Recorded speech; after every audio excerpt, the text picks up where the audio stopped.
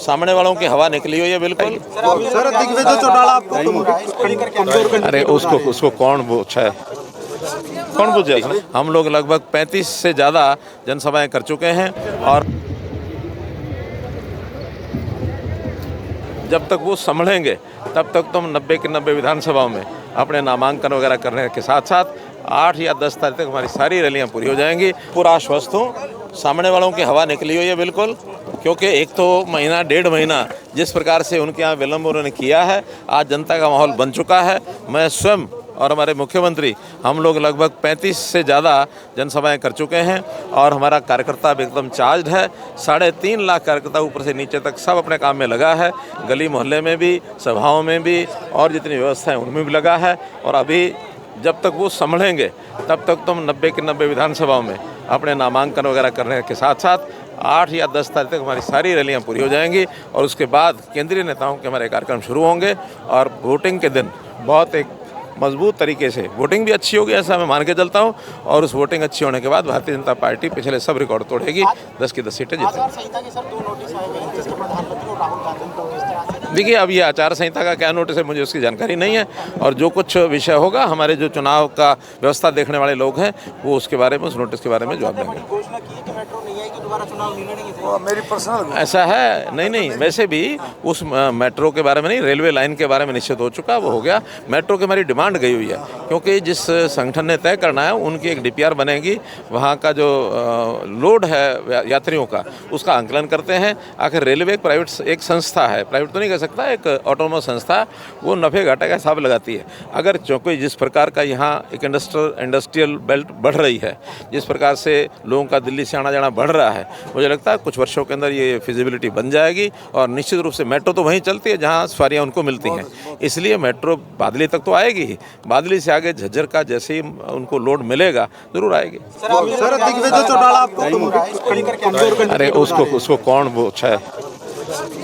उसने बौखलाहट ये सामने आनी शुरू हो गई थी और उस बौखलाहट में उसका कारण ये है कि जो काम नरेंद्र मोदी जी ने पिछले 10 साल में कर दिए हैं वो अपने 50-60 साल के शासन में भी नहीं कर पाए वो।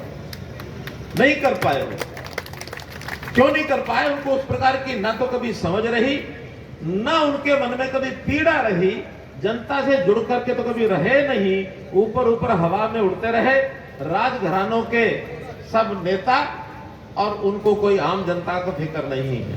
बड़े बड़े चुटकुले चलते रहे कि चने का पेड़ कितना बड़ा होता है, मूली की लंबाई कितने फुट होती है, ऐसे किस्से हमने सुने। और संस्कार के नाते देखें तो उनके अंदर संस्कार भी नहीं है। जब बोलते हैं तो ना बड़े की छोटे की शर्म करते, जो मन में आए मुंह में बोल देते हैं। पिछले दिनों में 2 दिन पहले राहुल गांधी ने यानी ऐसी टिप्पणियां की हैं प्रधानमंत्री जी के बारे में कि देश की जनता उसको स्वीकार करने वाली नहीं है। संस्कार नाम की तो चीज ही नहीं है। जैसे घर में, परिवार में भी, अब भाई कुनबे में भी आदमी छोटे बड़े की थोड़ी यानी थोड़ा लिहाज भी करता है, आदर कदर करता है, उनके मन में कहीं आदर कदर का भाव नहीं है। अब ऐसे ही माता पिता ने या वहां जिस परिवार में उनके संस्कार हुए, न तो वो संस्कारित हैं और मुझे लगता है पढ़ाई लिखाई में भी बड़े कमजोर हैं, हिसाब किताब भी नहीं आता है। मैं उसके 2 उदाहरण बताऊंगा। इस बौखलाहट में उन्होंने अपने एक घोषणा पत्र का भी जिक्र किया है। हमारा घोषणा पत्र आएगा, हम ये करेंगे और महान जैसे झूठ बोला जाता, झूठ का पुलंदा, वो उसका घोषणा पत्र है। पहला झूठ उन्होंने बोला कि हम गरीबी हटाएंगे। बात बड़ी अच्छी लगती है, गरीबी हटाएंगे, लेकिन कितने साल से बोल रहे हैं मुझे गरीबी हटाएंगे? अगर बड़े बुजुर्ग को किसी को ध्यान में हो, 1970 का चुनाव उन्होंने इसी नारे पर लड़ा था और इस नारे पर जनता को बेवकूफ बनाया था, गरीबी हटाएंगे। लेकिन इतने सालों के बाद उनको दोबारा से कहना पड़ रहा गरीबी हटाएंगे, तो कम से कम इस 10 साल में तो गरीबी आई नहीं है। गरीबी तो उन्हीं की देन है। उस देन के कारण से ये महासरासर झूठ। अगला झूठ, हम हर गरीब परिवार के खाते में 1 लाख रुपया डालेंगे। 1 लाख रुपया डालेंगे। नरेंद्र मोदी जी कहते हैं हम हर परिवार को 1 लाख रुपए की कमाई का और उसको इस लेवल पर लेकर के आएंगे कि उसके परिवार की महिला भी अगर काम करना चाहे तो सेल्फ हेल्प ग्रुप के माध्यम से उसको 8, 10, 12 हजार रुपए महीने की आमदन हो जाए, ऐसे काम करके देंगे। उनको लोन देंगे, कोई इंटरेस्ट नहीं लगेगा, उनको काम सिखाएंगे। वो कोई उत्पाद बनाते हैं सेल्फ हेल्प ग्रुप में, छोटी बड़ी चीजें बनाते हैं, उनको बाजार लेके देंगे, उस बाजार में वो बिक्री कर सके। ये सब तो करने के लिए मोदी जी कह रहे हैं। मोदी जी कह रहे हैं कि अपनी बहनों को लखपति बनाएंगे, अपनी बहनों को ड्रोन पायलट यानी ड्रोन दीदी ये बनाएंगे। वो जो ड्रोन अभी तो हम देखते हैं अपनी ब्याह शादियों में, फंक्शन में ऊपर फोटोग्राफी लेते हैं। मोदी जी ने कहा कि नहीं, ड्रोन के माध्यम से हम खेतों में छिड़काव करेंगे दवाई का भी, छिड़काव करेंगे नैनो यूरिया का भी, और उसमें से चाहे सरकारी काम हो, प्राइवेट काम हो, हमारी ड्रोन दीदियां ये कम से कम 10,000, 15,000 पर एक महीना एक बहन कमाएगी। अब एक तरफ तो ये लाखों रुपया कमाई के माध्यम से उनको अपने पैरों पर खड़ा करना, स्टैंडअप जैसी योजनाएं ये बनाई गई है, स्टार्टअप जैसी योजनाएं ये बनाई गई है, लेकिन वो क्या कहते हैं, हम आएंगे 1 लाख रुपया हर के खाते में डालेंगे। अब उन्होंने हिसाब किताब नहीं लगाया कि इस 1 लाख रुपए से करोड़ों जो परिवार हैं, करोड़ों महिलाएं, करोड़ों गरीब आदमी, उनको अगर डालेंगे तो जो देश भर का बजट है, हम में से मालूम नहीं किसी को देश का बजट कितना है। कोई बता सकता ऊंची आवाज में कि साल का अपना देश का बजट कितना है? बता दो भाई। 47 लाख करोड़, 47 लाख करोड़ है।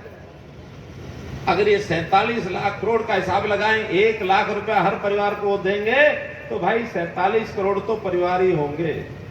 अगर ये 47 करोड़ परिवारों को 1 लाख देना लग गया तो सारे का सारा बजट उसमें चला जाएगा।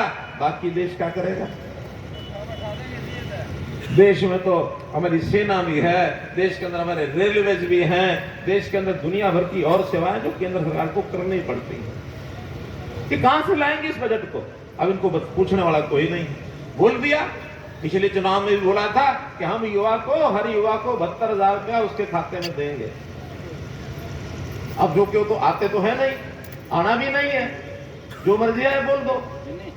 कोई कहावत है ना, नौमण तेल होगा नारा दाना चाहिए। मतलब कुल मिलाकर के कहीं कोई प्रैक्टिकल व्यवहारिक ज्ञान इससे दूर है। इस प्रकार का झूठ का पुलिंदा।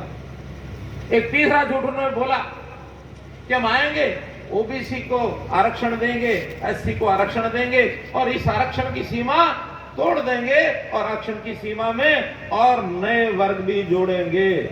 और नए वर्ग में कर्नाटक सरकार ने सबसे पहले इनका काम किया, कांग्रेस सरकार जब है उस समय का चला आ रहा है, क्या कि सभी मुसलमानों को ओबीसी में जोड़ेंगे।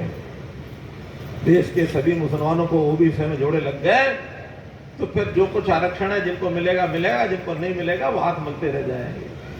देश के ऊपर